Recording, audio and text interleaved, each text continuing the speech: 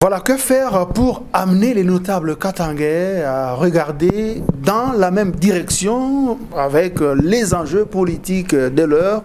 Vous savez que ça bouillonne ici dans l'espace katangais avec différentes activités, des formations politiques, que ce soit de la majorité présidentielle comme de l'opposition. Ça a chauffé ici, dans cette région riche en minerais, riche en cobalt et en cuivre. Voilà, nous avons réussi à mettre la main sur un notable katangais, en la personne de Ngandou Kaswamanga. Bienvenue. Merci beaucoup, monsieur Josué. Voilà, monsieur Ngandou Kaswamanga, avec l'annonce du retour politique de Joseph Kabila Kabange sur le devant de la scène politique en RDC. Il y a beaucoup de langues qui se sont déliées, tant du côté de la majorité que du côté de l'opposition. Du côté de la majorité, et surtout du côté du PPRD, on a entendu les cadres dire que c'est le moment, il a droit, il a dirigé le pays pendant 18 ans, il s'est reposé, c'est le moment de rentrer. Du côté de l'opposition, on dit que c'est pas opportun, il doit plus retourner, il ne doit plus rentrer sur la scène politique parce qu'il n'a pas bien géré le pays. Il doit se reposer, il doit rester dans l'ombre. Vous étant notable katangais bien connu, ici, beaucoup plus à Lubumbashi, qu'est-ce que vous en dites? Je pense, moi, j'ai bien suivi le secrétaire permanent de son passage à Lubumbashi pour la matinée politique. Le secrétaire permanent, plutôt, il n'a pas parlé de la rentrée du sénateur à vie Joseph Kabila comme candidat à la présidence ou bien de la rentrée comme président. Donc les gens doivent savoir comment différencier les choses. Lui, il a parlé plutôt de la rentrée politique dans son parti. C'est ce que moi j'avais compris. Mais ça a été... On a eu une réaction virulente du côté de l'opposition, du côté d'ensemble avec Kyungu Wakumwanza, président national de l'UNAFEC, qui dit que il peut rentrer, mais il doit savoir que bon, c'était des propos pour intimider le camp Kabila, pour dire qu'à tout moment il peut être arrêté et même acheminé à la Cour pénale internationale. Qu'est-ce que vous en dites? C'est là l'engagement que Kyungu Wakumwanza lui-même, c'est notre patriarche. Nous les respectons beaucoup. Mais Kyungu Wakumwanza, il doit savoir que s'il avait quelque chose à nous léguer, nous, Katangais, c'est la cohésion katangaise. En 1961, nos aînés ont commis l'erreur en acceptant que le Belge vienne tuer Lumumba au Katanga. Et aujourd'hui, si nous en sommes là, en perdant le pouvoir, c'est à cause de Kyungu. C'est bien lui qui a fomenté le mensonge pour diviser Kabila et Katumbi.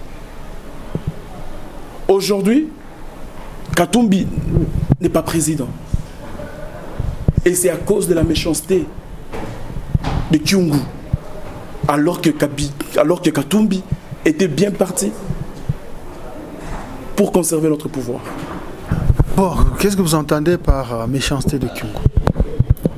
Quand je parle de la méchanceté de Kyungu, c'est que j'entends de la méchanceté de Kyungu.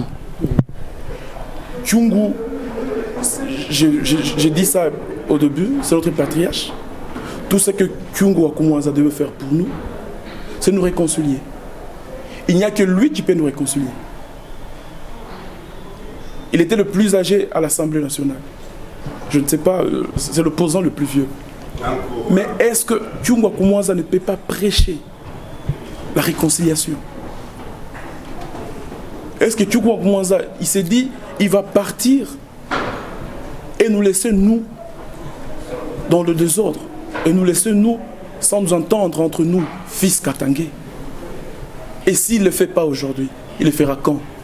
Mais il doit aussi savoir que s'il ne le fait pas, s'il ne fait pas de son mieux pour créer la cohésion au sein de filles et fils du Katanga, cela va retomber sur ses enfants et ses petits-enfants un jour.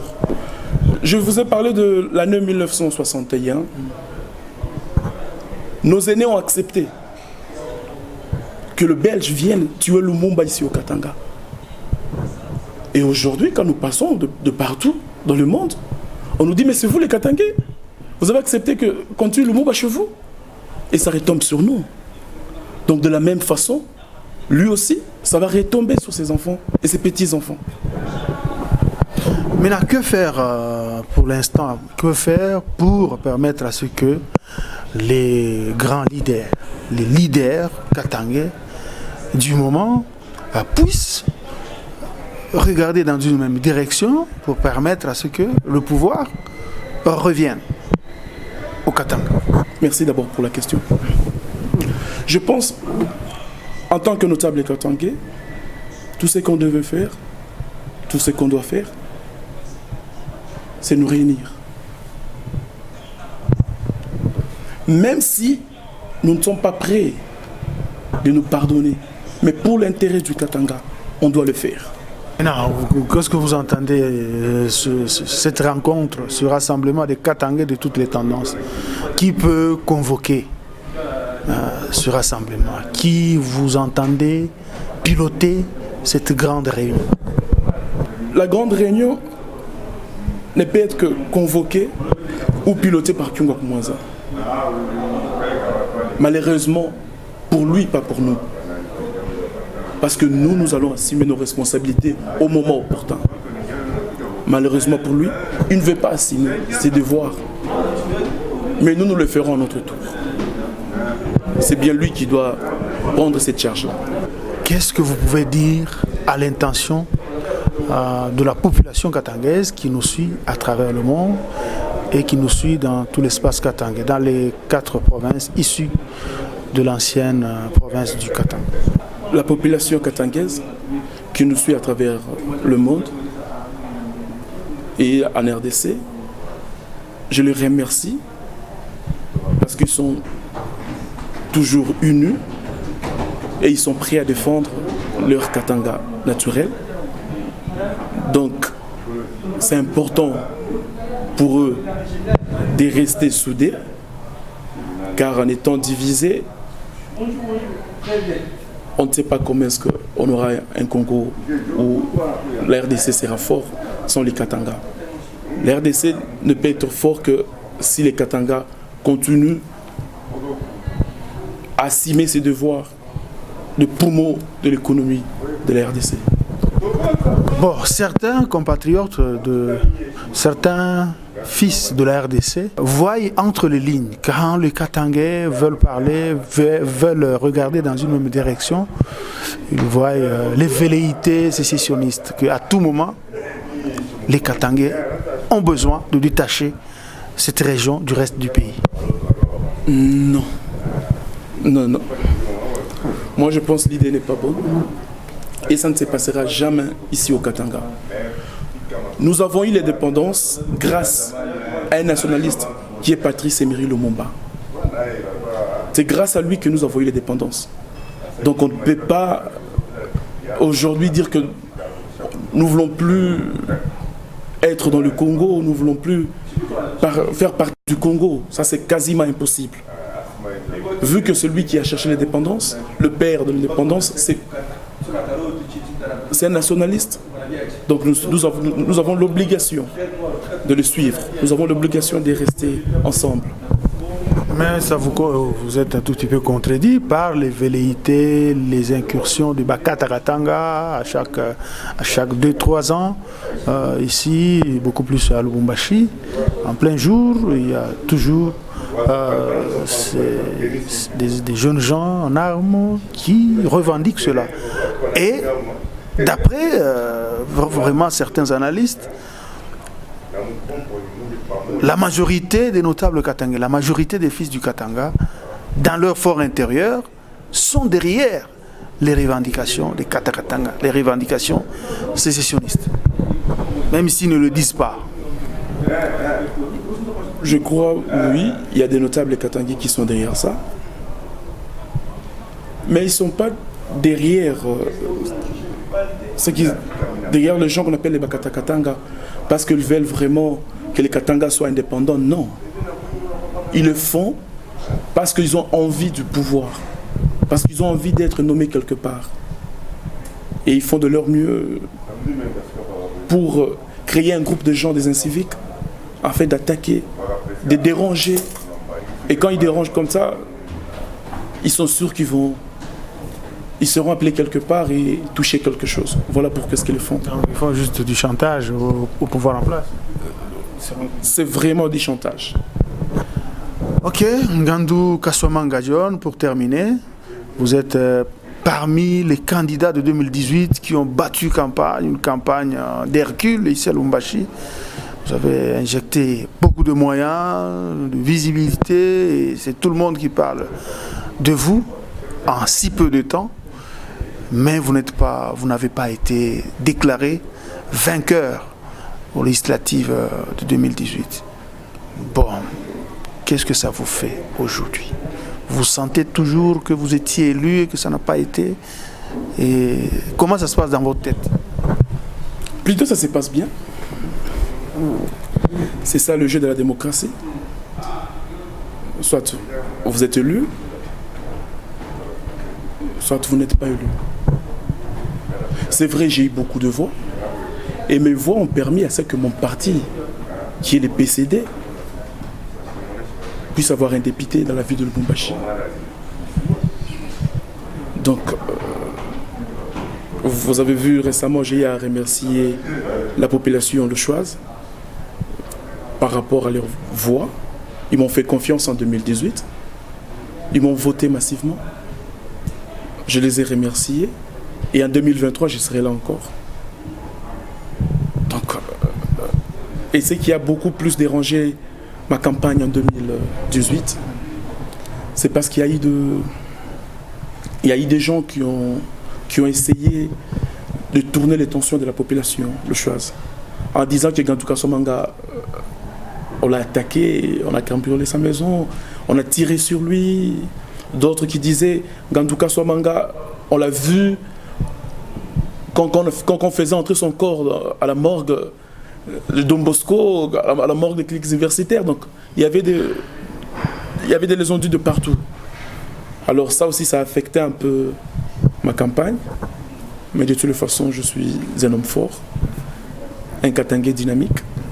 Je suis là. Je vais continuer. Et ce n'est pas parce que vous avez commencé en dernière minute.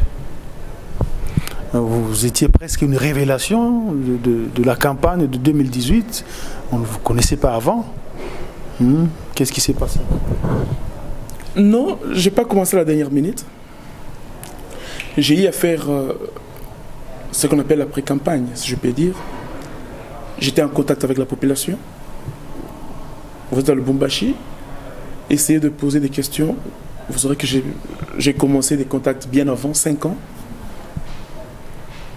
Je suis la première personne ou les premiers candidats à mettre les affiches le premier jour, à minuit, dans la ville de Lubumbashi. Poser la question, on vous dira partout. Ok, Maïbou Niachebote, votre slogan de campagne, ça signifie quoi? Quand je dis Maïbou Niachebote, qu'est-ce que je vais dire? En fait, j'ai dit plutôt, le minerai c'est pour nous tous. On doit en profiter. Vous vous rappellerez qu'en 2014, il y avait une rencontre entre le chef de l'État, Joseph Kabila Kabange, l'ancien chef de l'État bien sûr, chez lui à Kashamata, avec le notable Katangais, où je faisais part aussi. Il nous a révélé quelque chose de très important, en nous disant que, comment allez-vous comprendre la population qui habite tout autour de la route, où les milliards de dollars passent, et cette population-là demeure pauvre. Donc l'acheminement des minéraux sur des gros camions, oui, à chaque instant sur la route Kassoumbalé, c'est ce que vous voulez dire? Oui, oui. Et après cette rencontre-là, voilà, il a pris l'initiative dans les codes minières révisés d'intégrer la redevance minière, les 0,3%, qui revient directement à la population environnante. Et voilà pourquoi est-ce que quand j'ai dit minéré n'y est touchiboté, maïbo n'y est touchiboté, c'est pour dire aux autorités qu'ils ont l'obligation d'utiliser les 0,3% au profit de la population. Car l'ancien président a prévu ça, car l'ancien président a lutté pour ça.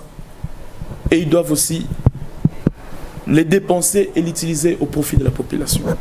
Maintenant, par rapport à ce geste de Joseph Kabila, il a légué à la nation, qu'est-ce que vous pouvez dire? On ne peut que le remercier. Avec la modification du code minier, bien sûr. On ne peut que le remercier. Parce qu'au début, beaucoup ne comprenaient pas qu'est-ce que Kabila voulait faire.